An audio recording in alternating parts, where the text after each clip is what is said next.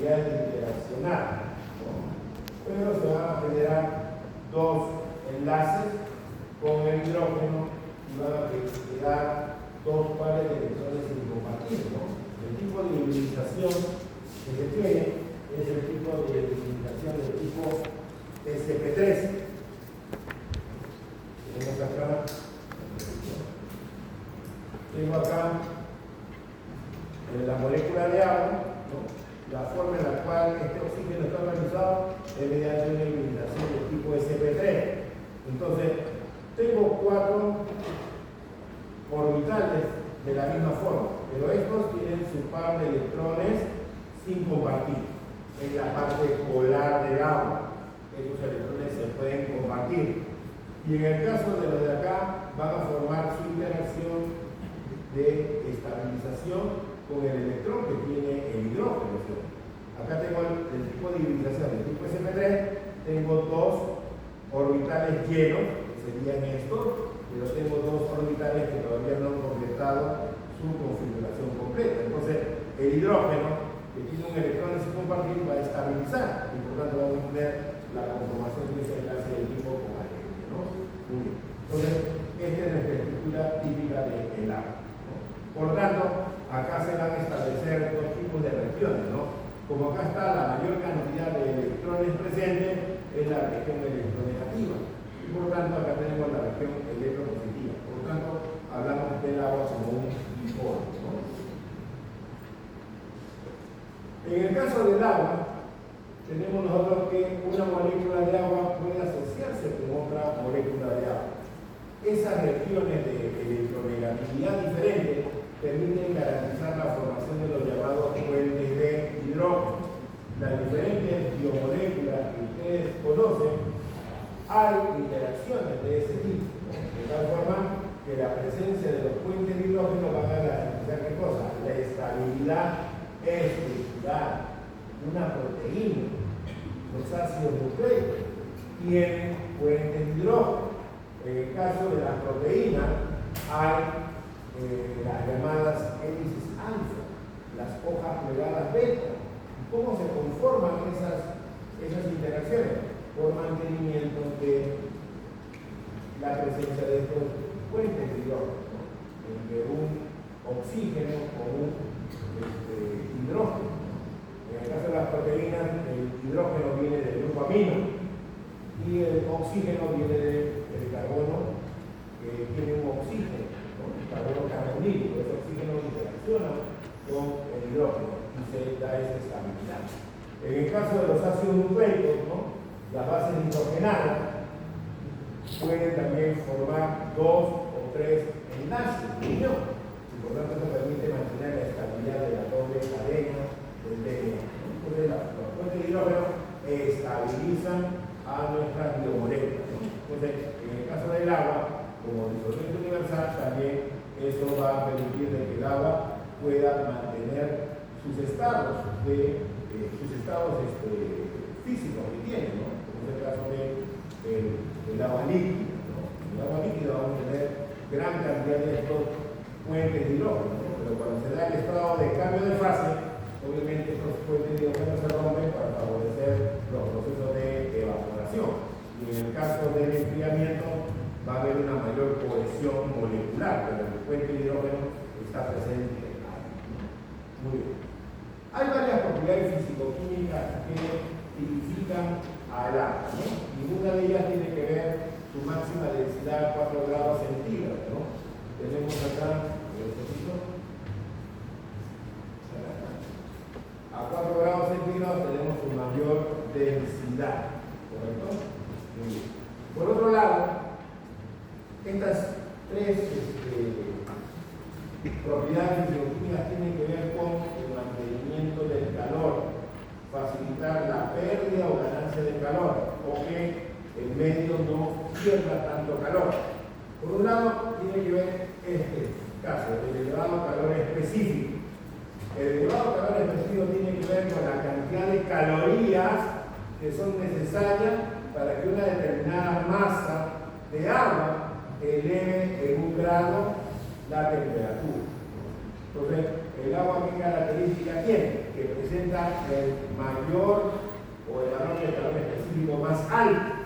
Acá tenemos diversas sustancias, pero el agua es el que presenta el valor más grande con respecto a los demás.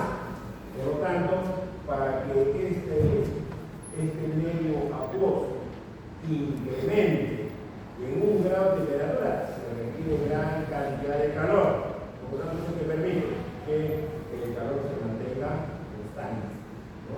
Para que nosotros podamos realizar un cambio en una unidad de temperatura, ya sea para arriba o para abajo, se requiere o bien ganar gran cantidad de calor o perder una gran cantidad de calor. Por lo tanto, la temperatura debe mantenerse en su valor constante. Por otro lado, también tenemos el caso de la temperatura de ebullición. Precisamente en el caso del agua es de 100 grados centígrados, ¿no? Entonces, ¿eso qué permite? El cambio de fase también. Pero en el caso de nuestro sistema biológico estamos hablando de temperatura de 37 grados centígrados. Por lo tanto, no se va a dar la pérdida del agua por ebullición, ¿no? Ya que no llegamos a alcanzar esa temperatura. Por lo tanto, el agua se va a mantener bajo su estado físico acuoso, ¿no? Y lo otro es el elevado calor de vaporización. Este viene a ser la cantidad de calorías necesarias para que 1 gramo de agua pase al estado gaseoso. Y fíjate que tiene el valor más grande también. O sea, si yo quiero evaporar el agua, requiero tener una gran cantidad de calorías. Nosotros podemos perder calor. La pérdida de calor nosotros la hacemos mediante la transpiración. Tenemos nosotros también evaporación de ese agua. Y cuando nosotros hacemos ejercicio o hace calor, ¿qué sucede con nosotros? Transpiramos, sudamos o evaporamos el agua. ¿Eso qué permite? De que como tiene este elevado valor de calor de vaporización, se requiere gran cantidad de calorías para poder favorecer el cambio de fase. Y eso es importante, porque con eso nosotros vamos a poder favorecer también la estabilización de la temperatura corporal. Entonces, estas 3 propiedades fisicoquímicas están garantizando el mantenimiento de la temperatura corporal, ¿correcto? Por otro lado, me habla acá de la elevada conductividad calórica, ¿no? Entonces sabemos de que el agua es un medio que puede ganar o perder calor. Como existe una cohesividad entre estas moléculas, puede transmitirse esa transferencia de calor. Por eso entonces hablamos de este proceso de termorregulación. Permite una adecuada conducción del calor en el organismo, contribuyendo a la termorregulación, a mantener constante y igualar la temperatura en las diferentes zonas corporales. Claro, el calor nuestro está de forma uniforme en todo nuestro cuerpo. El medio sanguíneo es un medio donde hay agua y obviamente se moviliza a lo largo de nuestro cuerpo, ¿no?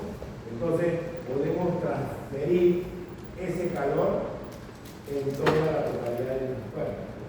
Entonces eso permite también la termorregulación. Lo otro me hablan de que es un disolvente de compuestos polares, pero de naturaleza no iónica. Hay compuestos iónicos. ¿Quiénes son? Las sales, cloruro de sodio, por ejemplo. Pero hay soluciones que no son iónicas y se pueden disolver. Ejemplo, los carbohidratos. La glucosa. La glucosa es una molécula polar, es una molécula hidrocarbonada. Puede ser una glucosa, una cetosa, pero es una molécula que tiene gran cantidad de grupos OH en su estructura.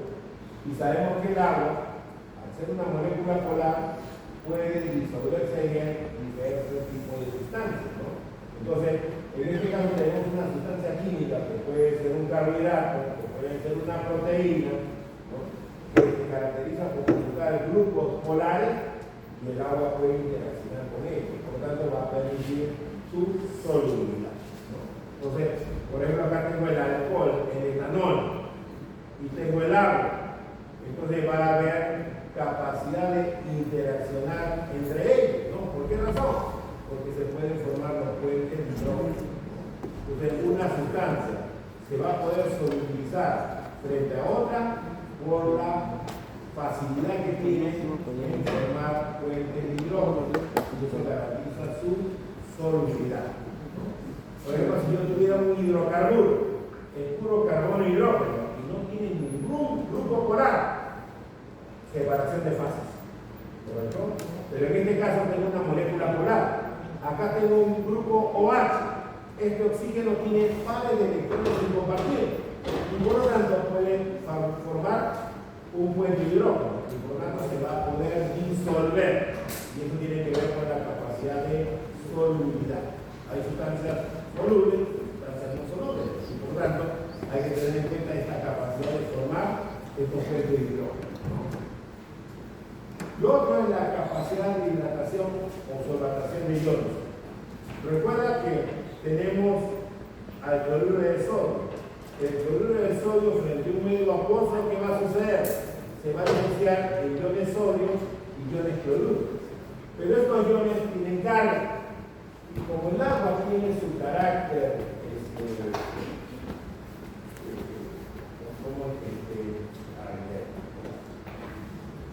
dipolar, actúa como un dipolo, fíjate que la parte negativa del agua va a interaccionar con el catión, y el ion cloruro, la parte positiva que sería la región con carga positiva que tiene el hidrógeno, va a interaccionar con el ion cloruro. Entonces, el agua va a servir también como un elemento de solubilidad para las sustancias iónicas y va a permitir, ¿qué cosa? Formar una película de solvatación. En el caso de las proteínas, también estas pueden presentar algún tipo de carga. Las proteínas, si no tienen carga, ¿qué va a pasar? Precipitan. Eso lo vamos a ver en el caso de la práctica de la semana siguiente, que vamos a presentar a la caseína. Pero generalmente las proteínas, para que estén en estado soluble, deben de presentar carga eléctrica. Si manifiesta carga eléctrica, por lo tanto, ¿qué va a pasar? También va a suceder esto. El agua, con su dipolo, va a poder interaccionar la parte negativa o la parte positiva con la complementaria. Y de tal forma que va a tener una película de hidratación. Si esa película de hidratación yo la elimino, la proteína va a precipitar. Si cambia la carga, va a precipitar. Por eso es importante la carga eléctrica de las proteínas para poder garantizar su solubilidad.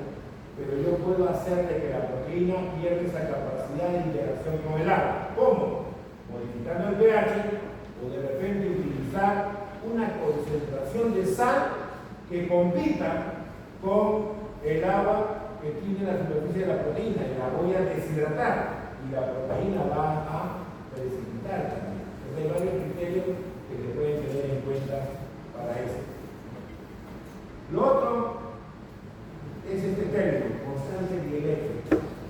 Siempre escuchamos de que el agua es el solvente universal. ¿Y por qué razón? Porque presenta la constante dieléctrica más grande. Acá está, 78.5. Casi todo es soluble en el agua y es debido a esta constante dieléctrica del medio alto. Si nosotros trabajamos con otro solvente, ¿qué va a pasar? No se va a solubilizar. Fíjate que acá tengo metanol, etanol, acetol. Y fíjate, va variando, ¿qué cosa? La constante dieléctrica. Cuando tú preparas el pisco sour, usas clara de huevo. La clara de huevo, si yo la disuelvo en agua, hay una buena solubilización. Se puede mezclar porque es proteína.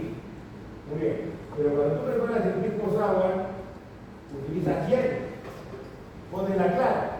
Pero luego cuando tú agregas el pisquito, ¿qué pasa con esa solución? Se vuelve agresiva. Y eso es porque estás modificando la constante dieléctrica del medio. ¿Y qué puede suceder? De que la proteína precipite. Hazlo en tu casa. Agarra un poco de clara de huevo, pon en agua, mezcla, se solubilizó. Coloca la clara de huevo y agrega el vinagre. Y vas a ver que en algún momento va a precipitar. La misma clara de huevo con sal, va a precipitar, ¿correcto? Pero ahora, en vez de echarle agua, ponle alcohol. Y vas a ver que también precipita, ¿no? Entonces, el solvente tiene que ver mucho con la capacidad de disolución. Bueno, estamos hablando de sistemas biológicos. Los sistemas biológicos en ellos hay agua, por lo tanto, prácticamente todo debe estar en estado soluble. Pero si modificamos el solvente, vamos a modificar también la capacidad de solubilización y en algunos casos van a haber algunas moléculas que van a precipitar. El caso del DNA, ¿se acuerdan cuando hicieron una extracción con alcohol frío? ¿No? Modificaron la constante eléctrica del medio y también precipitó. Entonces, por ahí tiene que ver eso, ¿no? Entonces, la constante eléctrica del medio, la más alta, la del agua, por lo tanto, todo es soluble. Teóricamente, ¿no? Los líquidos no, pero teóricamente todo es soluble ahí. Me hablan de disolvente de moléculas anfipáticas. Una molécula anfipática es la que tiene una porción polar y una porción no polar. Recordemos nosotros que en el caso de la célula, el medio extracelular y el medio intracelular es un medio donde hay agua. Por lo tanto, el agua tendrá que interaccionar con esas regiones que corresponden a la parte polar, ¿no? En el caso de los fosfolípidos, sabemos nosotros que ellos se arreglan en forma de una bicapa, ¿no? Y la parte polar, los grupos fosfatos o los grupos polares, que puede ser el grupo metanolamina, serina, entre otros, tienen características polares que pueden interaccionar con el agua. Fácilmente podrían disolverse, pero la otra región que corresponde a la parte hidrocarbonada no, y eso rechaza al agua, ¿no? Entonces, si tenemos moléculas anfipáticas, la parte no polar se ubica en el núcleo central y la parte polar se ubica hacia el medio externo. Por lo tanto, el agua va a estar ahí presente en esas estructuras. En condiciones normales, el agua puede encontrarse disociada así. El agua, generalmente, la escribimos como H2O, pero sabemos que esa molécula de agua se puede disociar en sus elementos que lo conforman, ¿no? Iones hidrógeno y iones hidroxilo. Si recordamos la parte química, hay el llamado producto iónico del agua. Y el producto iónico del agua, ¿cómo se obtiene? ¿Han escuchado el producto iónico del agua? No. Entonces, ¿en química no han visto pH? Entonces, si han visto pH, obviamente tienen que ver con el producto iónico del agua. En el caso del producto iónico del agua, si yo multiplico la concentración de iones hidrógeno por la concentración de iones hidroxilo, eso me va a dar ¿cuánto? 1 por 10 a la menos 14. ¿Okay? Entonces, si yo saco el logaritmo a ambos extremos que tengo, el menos logaritmo de protón, pH, más el menos logaritmo de OH que tengo, POH, y si saco el menos logaritmo de 10 a la menos 14, ¿cuánto es? El menos logaritmo de 10 a la menos 14, ¿cuánto es? El logaritmo de una base elevado a un exponente, ¿a qué es igual? Matemática. ¿Ya se olvidó también la matemática? ¿Ah? Ese es el colegio. Amiguito, ahorita le están enseñando potencias, no sé qué más. Ustedes ya pasaron por esa etapa. El logaritmo de una base elevado a un exponente, ¿a qué es igual? Baja el exponente y saco el logaritmo a la base. Entonces, si tenía un 10 a la menos 14, baja a menos 14, ¿sí o no? Y tengo el logaritmo de base 10. ¿Y el logaritmo de 10 cuánto es? 1. Y 1 por menos 14, menos 14. Pero como empieza con menos a toda la fórmula va a ser 14 positivo. Entonces, pH más pOH me va a dar 14. ¿No hemos usado esa formulita? Pues ¿de dónde nace? Del producto iónico del agua. ¿Y el producto iónico del agua qué es? Multiplicar las concentraciones de iones hidrógeno y iones hidroxilo. ¿Y a cuánto equivale la concentración de iones hidrógeno y iones hidroxilo en el agua químicamente pura? ¿Cuánto es la concentración de protones? ¿cuánto es la concentración de iones hidroxilos en el agua químicamente pura? 10 a menos 7, ¿no? Porque el agua químicamente pura que pH tiene 7. Esta es la respuesta, de frente. ¿Ya? ¿Ok? Entonces, si tengo 10 a la menos 7 por 10 a la menos 7, una misma base. ¿No? Son números que tienen la misma masa, que multiplican, que hago otro exponente. Lo sumo. Este es matemática. ¿Ok? Entonces, tenemos el producto iónico del agua. Porque estamos viendo ahí que hay una determinada concentración de iones hidrógeno, una determinada cantidad de iones hidroxilo, y por lo tanto, eso me debe determinar el pH. ¿No? Entonces, en el caso del agua, tenemos esto, de que el agua se puede disociar en sus iones hidroxilo y iones hidrógeno. Muy bien. Entonces, se puede disociar, ¿correcto?, esta molécula para tener estos dos productos que estamos mencionando. Y acá está, la concentración de iones hidrógeno es igual a la concentración de iones hidroxilo y eso equivale a 10 a la menos 7. ¿No? Entonces, es un electrolito débil. Pero recuerda que ¿quién determina el pH? La concentración de iones hidrógeno o la concentración de iones hidroxilo, ¿correcto? Pero basta que se modifique a alguno de ellos y el pH se va a modificar también drásticamente. El agua no es tan cómodo, ¿correcto?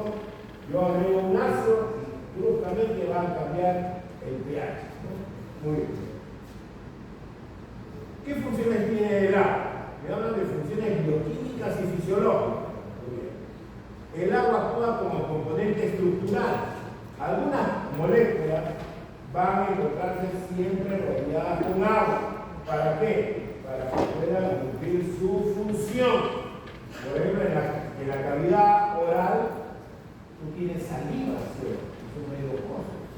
En venas está circulando mi sangre. La sangre tiene el llamado suero o plasma, ¿no? Y ahí se encuentra disuelta proteína. Entonces, para que estas biomoléculas que están ahí presentes puedan movilizarse y estar en su estado soluble, tienen que interaccionar con el agua. Entonces, hay algunas biomoléculas que en su estructura pueden presentar alguna modificación. Por ejemplo, la saliva, ¿para qué nos sirve? ¿Digerir? No, ¿por qué dice eso? Humedecer el alimento, ¿no? ¿Y por qué lo humedece? No, porque la saliva tiene agua, correcto. Pero esa saliva, hay alguien que retiene el agua ahí, y son glicoproteínas. Las glicoproteínas, una importante es la mucina. ¿Y ella qué tiene? Carbohidratos sobre su estructura. Y si hay carbohidratos, el carbohidrato tiene como componente estructural grupos polares. ¿Y qué va a hacer? Atraer más agua. O sea, esa proteína es como una esponjita. La pongo frente al agua y ¿qué va a hacer? Retener agua. Y la esponjita va a estar mojada, ¿sí? Entonces, si está hidratada esa proteína, va a poder ceder esa agua al alimento para que pueda movilizarse al nivel del tracto digestivo, por ejemplo, ¿no? Entonces, hay un agua estructural, está presente en la molécula. Si esa película de agua no lo tiene, no va a poder estar disuelta. Por eso, las biomoléculas, por un lado, deben tener grupos polares. ¿Para qué? Para que puedan establecer esas interacciones débiles, que son los puentes de hidrógeno con el agua, y por lo tanto exista esa película de solvatación que van a tener esas moléculas. Y por lo tanto, si se encuentran bajo esa forma hidratada y mantienen su carga eléctrica, van a poder estar solubles. Generalmente tenemos proteínas de tipo globular. Y las proteínas de tipo globular, ¿qué características tienen? Son hidrofílicas. Las proteínas fibrosas son hidrofóbicas. ¿No? Tu cabello, ¿de qué está hecho? Queratina. Una proteína fibrosa. Tu uña también. Te metes a la piscina, nada, estás horas por hora, tu cabello sigue igualito, o sea, tu uñita sigue ahí pegadita, sin haberse disuelto, ¿no? Es una proteína totalmente insoluble, ¿no? Pero en el caso de las proteínas solubles, esta renal fácilmente se pueden dispersar en un medio. Me corté, salió sangre y la piscina se puede ver roja, ¿no? Se va uniformizando porque hay un proceso de difusión, ¿cierto? Pero la proteína, para que pueda dispersar, está interaccionando con esa molécula de agua y va a poder, por tanto, solubilizar, ¿no? Entonces, el agua es importante para la solubilidad de las proteínas y varias de estas están como un componente estructural. Proteínas, que estoy mencionando, polisacáridos también, los azúcares. Los azúcares, como tienen grupos polares, fácilmente van a poder interaccionar también con el medio acuoso, ¿no? Entonces, ese agua, ¿qué va a permitir? Estabilizar la estructura, ¿correcto? La va a estabilizar. ¿Qué más tenemos acá? Disolvente universal, todo se va a disolver ahí, pero hay que tener en cuenta que aquellas moléculas hidrofóbicas no va a suceder con eso de esa forma, ¿no? Por ejemplo, en el caso de los líquidos, nosotros consumimos grasas. ¿Grasas quiénes son? ¿Quiénes son las grasas? Son líquidos, pero ¿quiénes son las grasas? Porque líquido no es un término genérico, ¿no? ¿Quiénes son las grasas? Los triglicéridos, ¿no? Hay colesterol, pero el colesterol es grasa. No, ¿correcto? Ya, tengamos cuidado, siempre nos meten en el mismo saco al colesterol y a la grasa, no es lo mismo, ¿ya? Porque hay una diferencia estructural, ¿sí? El colesterol tiene su anillo esteroideo, en tanto que el triglicérido tiene su alcohol, que es el glicerol, y los tres ácidos grasos, ¿no? Entonces, en el caso del transporte lipídico, ¿cómo lo hacemos en la sangre? Si sabemos que no son solubles, yo los consumo, consumí algo de fritura, algo rico en grasa, entra esa grasa a mi cuerpo, ¿cómo viaja por la sangre?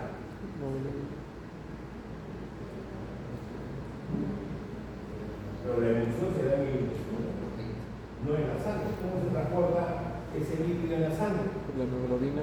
Micela, pero las micelas se dan en el tubo digestivo, las micelas no están en la sangre. ¿Y ahí qué es el kilomicrón? ¿Qué es el kilomicrón? Por ahí está la respuesta. Con proteína. A ver, falta algo por ahí. La respuesta está por acá. El transporte de los líquidos, sí. Las lipoproteínas, ¿sí o no? ¿Y cómo es una lipoproteína? ¿La misma? Porque ustedes van a hacer determinación de colesterol en lipoproteínas, ¿no? ¿O no? ¿Qué lipoproteína transporta colesterol? ¿No han escuchado? Es un trabajo arduo que van a tener que hacer ahí en el laboratorio. ¿Qué van a medir? LDL, colesterol LDL, ya. La LDL es la lipoproteína. El colesterol es el colesterol que ya la LDL, ¿ya? Pero la LDL. Y la otra es la mala. ¿Y la buena? La HDL, ¿cierto? Las lipoproteínas hay estas, ¿no? Pero también hay kilomicrón, como mencionó acá su delegado. También hay la BLDL. Cada una tiene su propia función. Kilomicrón transporta grasa exógena. BLDL transporta grasa endógena. HDL transporta colesterol. ¿Ok? Pero es un líquido. Esta lipoproteína tiene una estructura. En la parte central está lo no polar y en la periferia ¿qué hay? Fosfolípidos. Hay fosfolípidos. ¿Y cómo es la estructura del fosfolípido? La cabeza polar va a estar hacia el externo y las colas de ácido graso hacia adentro. Distinto a la membrana bilipídica, porque en el caso de la lipoproteína es una monocapa fosfolipídica. Entonces, parecen unas esferitas que viajan a lo largo de la sangre. Entonces, el medio polar está afuera, el agua, tu suero, tu plasma sanguíneo. Entonces, la lipoproteína, como tiene esa estructura del fosfolípido de la externa, el fosfolípido es el único que interacciona con el medio acuoso y fácilmente se va a movilizar. Pero dentro de la lipoproteína, ¿qué va a estar? El lípido que vamos a tener que transportar, ¿no? Entonces, es necesario eso para su transporte, ¿no? Entonces, generalmente se dice que todo llegaba, correcto, pero tenemos un gran problema con los lípidos. Entonces, ¿qué se ha dado en nuestra naturaleza? Cierto tipo de adaptaciones, modificaciones, y en este caso han aparecido moléculas de transporte de los lípidos, que son las llamadas lipoproteínas, ¿no? Muy bien. También me hablan que actúa como un sustrato en el proceso digestivo. No, ya comí. Lentejas, la lenteja que contiene con hierro, no sé, por supuesto, pero algo más abundante, porque es micronutrientes, pero lo más abundante es la lenteja. ¿Qué va a haber ahí?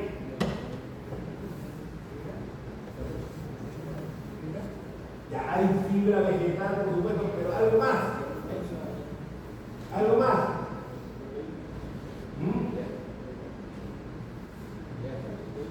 La fibra es carbohidrato, pero en el caso del carbohidrato hay un carbohidrato importante, energético. Almidón. Tienen que saber que están comiendo por gusto. Y no van a terminar como yo por gusto, ¿sí o no? Ya Coca-Cola, ¿no? ¿Ya? Entonces, comió su lentejita. Ahí está el almidón. Perfecto. ¿El almidón dónde se degrada? ¿Dónde crees que se degrada el almidón? ¿Ah? Intestino delgado, sí, correcto, porque hay una amilasa pancreática. ¿Y dónde más? ¿Ah? Parcialmente, en la boca, sí, parcialmente. ¿Y por qué dice parcialmente? El problema es que no masticamos tantas veces como nos sugieren, ¿no? ¿Cuántas veces debes de masticar tu alimento? Por ahí dicen 20 veces. Pero, ¿cuántas veces habrás masticado tú? Ni ha masticado, de frente como el pollito, ¿sí o no? Ok. Hay almidón. Entonces, las amilasas, ¿qué van a romper? El almidón. ¿Pero qué van a romper en el almidón? Enlace. ¿Qué enlace? Glucosina. Perfecto. Para la tercera semana le voy a pedir que caiga el huevo. ¿Ya? ¿Por qué? Porque vamos a digerir proteínas. ¿Ya? Voy a abrir el huevito. ¿Y cuál es la proteína del huevo? La albúmina. Entonces vamos a hacer la digestión de la albúmina, que es proteína. ¿Cómo rompemos nuestras proteínas en nuestro cuerpo? ¿Con qué? Enzima, por supuesto, ¿no? ¿Y qué enzima? Una proteasa, pexina. Proteasa en forma general, pexina específica, ¿dónde? En el estómago. Pero también hay digestión en el intestino, ¿sí? Hay pexina, lipopexina, etcétera, etcétera. Muy bien. DNA, ¿podemos hidrolizarlo? Sí, ¿no? ¿Con qué? Con otra enzima. ¿Cómo se llama esa enzima que degrada los ácidos nucleicos?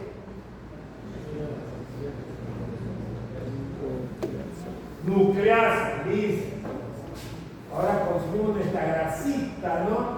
¿Cómo degradamos la grasa? Que es el triglicérido. Con lipasa, pero ojo, hay lipasas. Porque hay una lipasa que degrada fosfolípidos. ¿Cómo se llamará? Fosfolipasa. Una lipasa que degrada triglicéridos.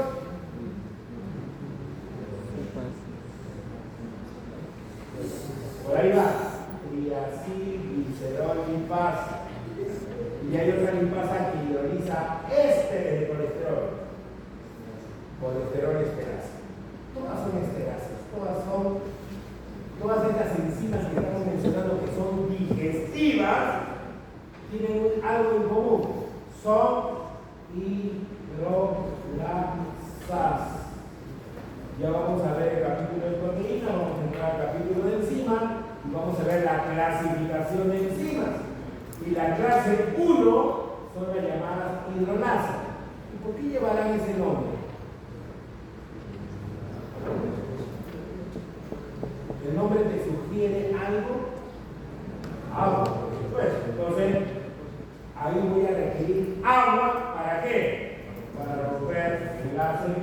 cívico, agua para romper enlace efectivo, agua para romper enlace de los líquidos. ¿Cuál es el enlace? Para romper el enlace de los ácidos nucleicos, fosfodiesterasa. Entonces, ahí el agua ¿cómo está actuando? Como un sustrato necesario para poder facilitar ese rompimiento. ¿Está bien? Entonces, generalmente el proceso catabólico degradativo requiere el agua como sustrato, ¿no? Pero también ustedes saben que hay procesos de biosíntesis, ¿sí o no? ¿Sí? Un proceso de biosíntesis de biomoléculas.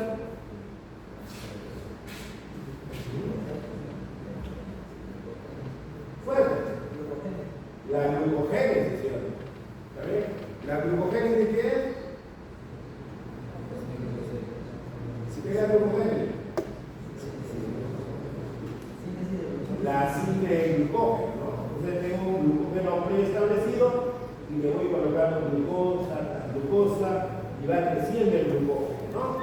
También tengo otro proceso de biosíntesis, la traducción, ¿sí? La traducción es el proceso de formación de proteínas, ¿sí? Y en el caso de la síntesis de proteínas, voy a tener que unir un aminoácido con otro, ¿sí o no? ¿Y qué sucede ahí?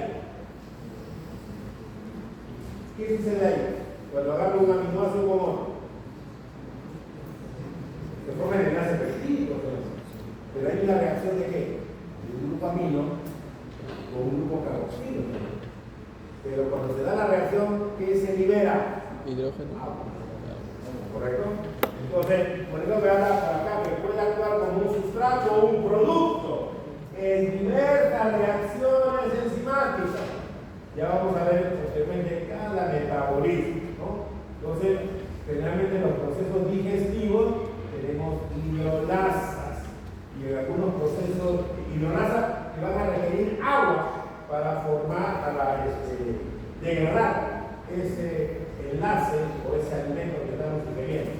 Pero en otros procesos vamos a requerir de que el agua salga como un producto, ¿no? Entonces, a eso se está refiriendo, ¿no? Muy bien. Participa como reactante, por supuesto, o como producto, lo que estamos hablando.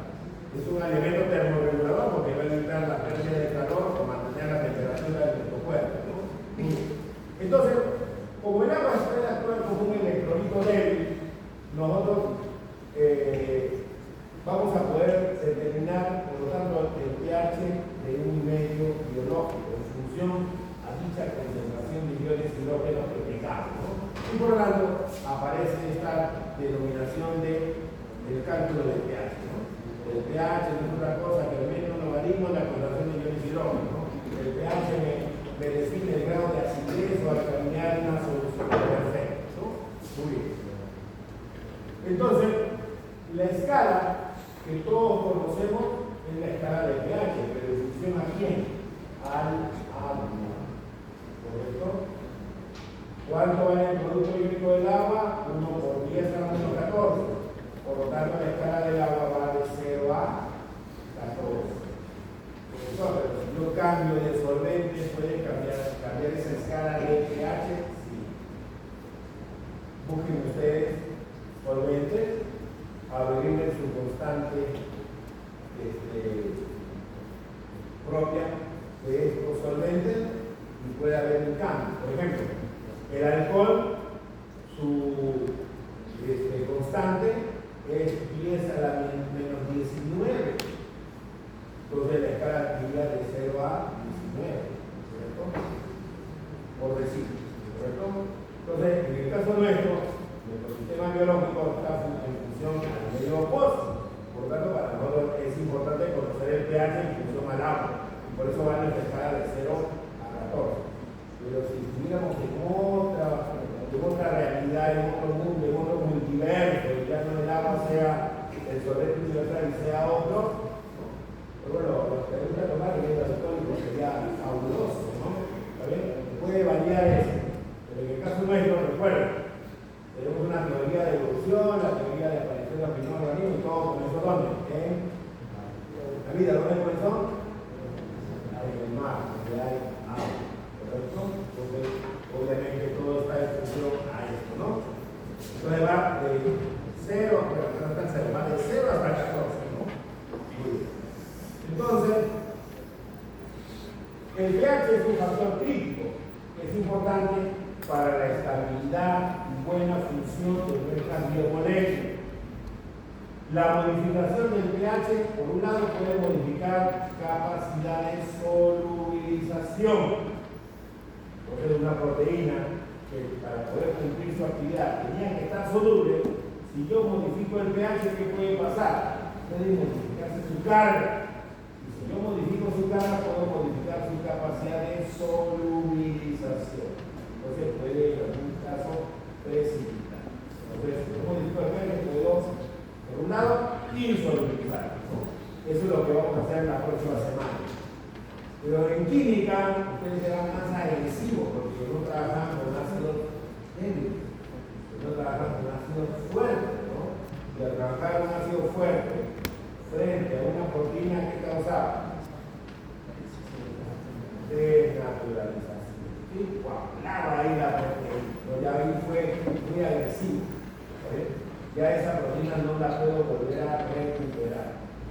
Si ustedes hacen con la clarita de huevo y el vinagre, van a ver que precipita, ¿vale? Pero ahora échenle gotitas de lejía y van a ver cómo se vuelve a solubilizar. Es algo reversible, ¿ya? Pero si le echamos ácido muriático, se va a coagular y aunque le eche lejía, no va a volver a recuperar su estructura, ¿no? Entonces, en el caso de nuestro sistema biológico, generamos ácidos orgánicos, ácidos inorgánicos, ¿no? Un ácido inorgánico común y corriente que nosotros formamos, ¿cuál es? El CO2 es un ácido. El CO2 es anhídrido carbónico, dióxido de carbono, ¿no? ¿Qué ácido inorgánico formamos? H2O. Quédate por comentar. ¿Ah? ¿No conocen ningún ácido inorgánico que generemos nosotros?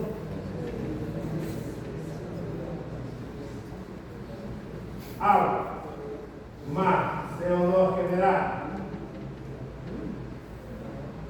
¿Qué te da? Peróxido, no. Ácido carbónico, así es. Eso normalmente producimos nosotros, ¿no? Nosotros somos organismos aeróbicos. Utilizamos el oxígeno ¿para qué? ¿Para qué? ¿Para estar jalando más? No, ¿para qué necesito el oxígeno? Y pues no sé, porque si no sabes tú, no vamos a hablar de bioquímica, pero tú usamos el oxígeno. Sin oxígeno no hay vida. ¿Y por qué? ¿Cómo? ¿Se te fue? El oxígeno nos va a servir para la combustión. ¿Y qué combustión hacemos nosotros? Bueno, en química no han visto un tipo de combustión. ¿Ah? ¿Por qué producimos CO2? ¿Qué combustión hacemos? ¿O produce monóxido de carbono? ¿Incompleta? ¿Qué es la que hacemos nosotros? La completa. Cuando hay suficiente cantidad de oxígeno, hacemos combustión completa. En los pulmones hay instancias, ¿no? Nos permite poder captar la mayor cantidad de oxígeno, ¿no? Y además, ¿estamos ¿dónde? Sobre el nivel del mar, ¿sí o no? Si estamos sobre el nivel del mar, tenemos la mayor presión atmosférica, ¿sí o no? ¿Cuánto es ese valor de esa presión atmosférica? Una atmósfera. ¿Y una atmósfera de milímetros de mercurio cuánto vale? 760 milímetros de mercurio. Listo. Esa es nuestra presión atmosférica. Entonces, fácilmente el oxígeno se pega con la. El oxígeno se pega con la. ¿Quién capta el oxígeno? ¿Quién llega ahí y hace de que el oxígeno se pegue? La hemoglobina, pues, ¿no? Llega a la sangre venosa, de baja presión de oxígeno, pero como yo estoy inspirando, hay una mayor presión de oxígeno en los pulmones, por lo tanto se va a dar un fenómeno de el intercambio, pero tiene un nombre eso. Los gases se movilizan por difusión. Entonces, la hemoglobina desoxigenada se convierte ahora en hemoglobina oxigenada, ¿cierto? Y ese glóbulo rojo rico en oxígeno llega a dónde? ¿A dónde va a llegar? ¿Dónde lo necesitamos ese glóbulo rojo? En los tejidos, en las células, ¿no?